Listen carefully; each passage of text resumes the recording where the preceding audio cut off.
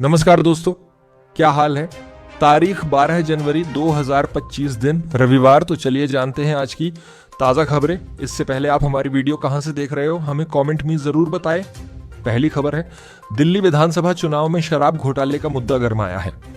CAG report का हवाला देकर बीजेपी ने आम आदमी पार्टी एएपी पर भ्रष्टाचार के आरोप लगाए हैं। बीजेपी का दावा है कि शराब घोटाले से दिल्ली को 2026 करोड़ रुपए का नुकसान हुआ और एएपी नेताओं को रिश्वत मिली। सांसद मनोज तिवारी ने रिपोर्ट को आधार बनाकर केजरीवाल सरकार पर निशाना साधा। अगली खबर है, लॉरेन पॉवेल जॉब्स की भारत यात्रा। एप्पल के सह संस्थापक स्टीव जॉब्स की पत्नी लॉरेन पॉवेल जॉब्स भारत की आध्यात्मिक यात्रा पर हैं। काशी में बाबा विश्वनाथ के दर्शन और गंगा आरती के बाद वह 13 जनवरी को महाकुंभ में शामिल होंगी। लॉरेन श्रीनिरंजनी अखाड़ा के शिविर में 10 दिन रुकेंगी, जहां वह योग, ध्यान और आध्यात्मिक चर्चाओं में भाग लेंगी। यह यात्रा भारतीय संस्कृति और सनातन धर्म के प्रति उनकी रुचि को दर्शाती है। स्टीव जॉब्स ने भी 1970 के दशक में भारत में आध्यात्मिक यात्रा की थी। अगली खबर है, उत्तर प्रदेश के मुख्यमंत्री योगी आदित्यनाथ ने महाकुंभ के दौरान प्रयागराज के लिए सभी जिलों से बसें चलाने के निर्देश दिए हैं। उन्होंने यूपी रोडवेज की तैयारियों की समीक्षा करते हुए प्रमुख स्नान पर्वों के अलावा पूरे आयोजन में बस सेवाएं सुनिश्चित करने और बसों की समय सारिणी का व्यापक प्रचार करने पर जोर दिया। साथ ही बस चालक परिचालकों को अनुशासन में रहने और निजी बस संचालकों को निर्धारित किराया व नियमों का पालन करने के निर्देश दिए। अगली खबर है, केरल में एक किशोरी के साथ कई बार बलात्कार किए जाने का मामला सामने आया है। पुलिस ने इस मामले में 6 लोगों को गिरफ्तार किया है। पीड़िता ने बताया कि उसके साथ 16 साल की उम्र से लगातार बलात्कार होता रहा है। इस मामले में कुल 4 प्राथमिकी दर्ज की गई हैं और पुलिस का मानना है कि इस घटना में 60 से अधिक लोग शामिल हो सकते हैं। यह मामला तब सामने आया जब पीड़िता के शिक्षकों ने उसके व्यवहार में बदलाव देखकर बाल कल्याण समिति को सूचित किया। अगली खबर है, दिल्ली के भीकाजी कामा प्लेस के पास घने कोहरे के कारण फ्लाईओवर पर 2 कारों की टक्कर में एक ड्राइवर की मौत हो गई।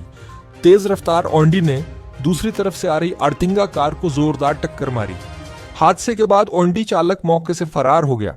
पुलिस सीसीटीवी की मदद से जांच कर रही है। मृतक की पहचान और पोस्टमार्टम की प्रक्रिया जारी है। मामले में केस दर्ज कर जांच शुरू कर दी गई है। अगली खबर है, छत्तीसगढ़ के मुंगेली जिले के कुसुम स्मेल्टर्स प्राइवेट लिमिटेड संयंत्र में साइलो ढहने से 42 घंटे के बचाव अभियान के बाद 3 मजदूरों के शव बरामद हुए, जिससे मृतकों की संख्या 4 हो गई। हादसा गुरुवार को हुआ था, जिसमें एक मजदूर की पहले ही मौत हो चुकी थी। बचाव अभियान में एनडीआरएफ, एसडीआरएफ और अन्य एजेंसियों ने भाग लिया। मृतकों की पहचान जयंत साहू, प्रकाश यादव, अवधेश कश्यप और मनोज कुमार धृतलहारे के रूप में हुई। प्लांट प्रबंधन के खिलाफ लापरवाही का मामला दर्ज किया गया है। अगली खबर है, पंजाब में ड्रग्स का सेवन बेहद चिंताजनक स्तर पर पहुंच गया है, जहां 26% युवा चरस, अफीम, कोकीन और हेरोइन जैसे मादक पदार्थों का सेवन करते हैं। पंजाब ड्रग्स के प्रमुख खपत केंद्रों में से एक बन चुका है। मुख्यमंत्री भगवंत मान ने केंद्रीय गृह मंत्री अमित शाह से पंजाब में विशेष एनडीपीएस अदालत बनाने और ड्रग्स तस्करों के खिलाफ सख्त कार्रवाई के लिए मदद की अपील की। इस बीच बठिंडा के गोनियाना मंडी में ड्रग्स बेचने का विरोध करने पर तस्करों ने 7 घरों में आग लगा दी और ग्रामीणों पर हमला किया। पुलिस पर आरोप है कि सूचना मिलने पर भी मौके पर नहीं पहुंची। वही देखें दोस्तों, अगली खबर है, उत्तर प्रदेश के कन्नौज में निर्माणाधीन रेलवे स्टेशन का लेंटर गिरने से बड़ा हादसा हुआ, जिसमें 23 मजदूर मलबे में दब गए। 15 मजदूरों को सुरक्षित निकाला गया, जबकि 3 की हालत गंभीर है और उन्हें लखनऊ रेफर किया गया है। अमृत भारत योजना के तहत स्टेशन का सौंदर्यीकरण चल रहा था। राहत और बचाव कार्य जारी है और मलबे में और मजदूरों के फंसे होने की आशंका है। मुख्यमंत्री योगी आदित्यनाथ ने राहत कार्य में तेजी और घायलों के समुचित इलाज के निर्देश दिए हैं। जांच के बाद दोषियों पर कार्रवाई होगी। अगली खबर है, उज्जैन के महाकाल लोक परिसर के विस्तार के तहत प्रशासन ने निजामुद्दीन कॉलोनी की तकिया मस्जिद और अन्य 257 निर्माणों को हटाने की प्रक्रिया शुरू की।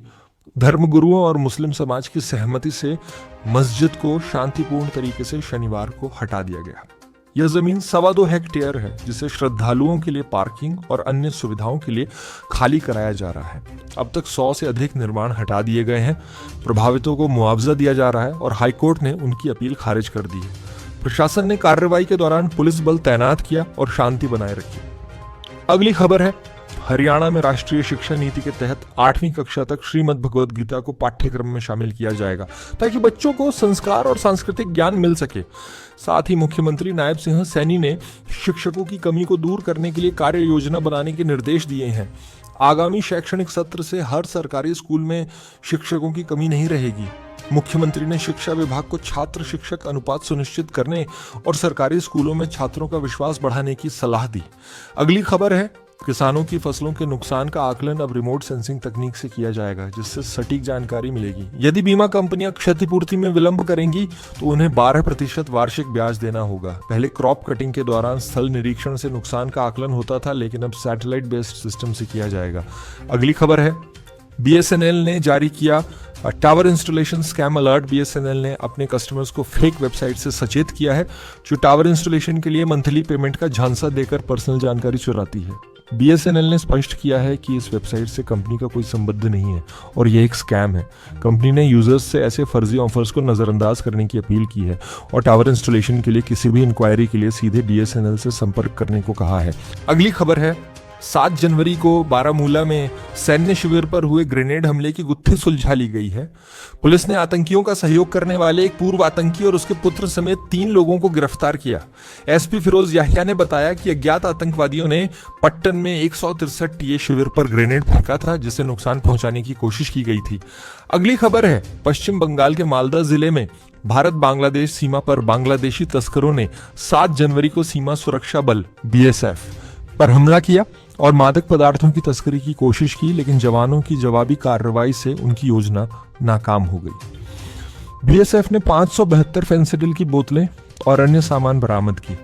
इसी दौरान मुर्शिदाबाद और मालदा में भी तस्करी और घुसपैठ की कोशिशों को विफल किया गया। BSF ने बांग्लादेशी अधिकारियों पर ठोस कार्रवाई न करने का आरोप लगाया। इसके अलावा उत्तर 24 परगना जिले में 3 घुसपैठियों को गिरफ्तार किया गया। अगली खबर है, कर्नाटक के किद्वई मेमोरियल इंस्टीट्यूट ऑफ ऑन्कोलॉजी ने 62 वर्षीय कैंसर रोगी को आयुष्मान योजना के तहत 5 लाख रुपए की सहायता देने से इनकार कर दिया था। इस घटना के बाद बुजुर्ग ने आत्महत्या कर ली था। इस मामले में राष्ट्रीय मानवाधिकार आयोग NHRC ने गुरुवार को केंद्र और कर्नाटक सरकार को नोटिस जारी किया है।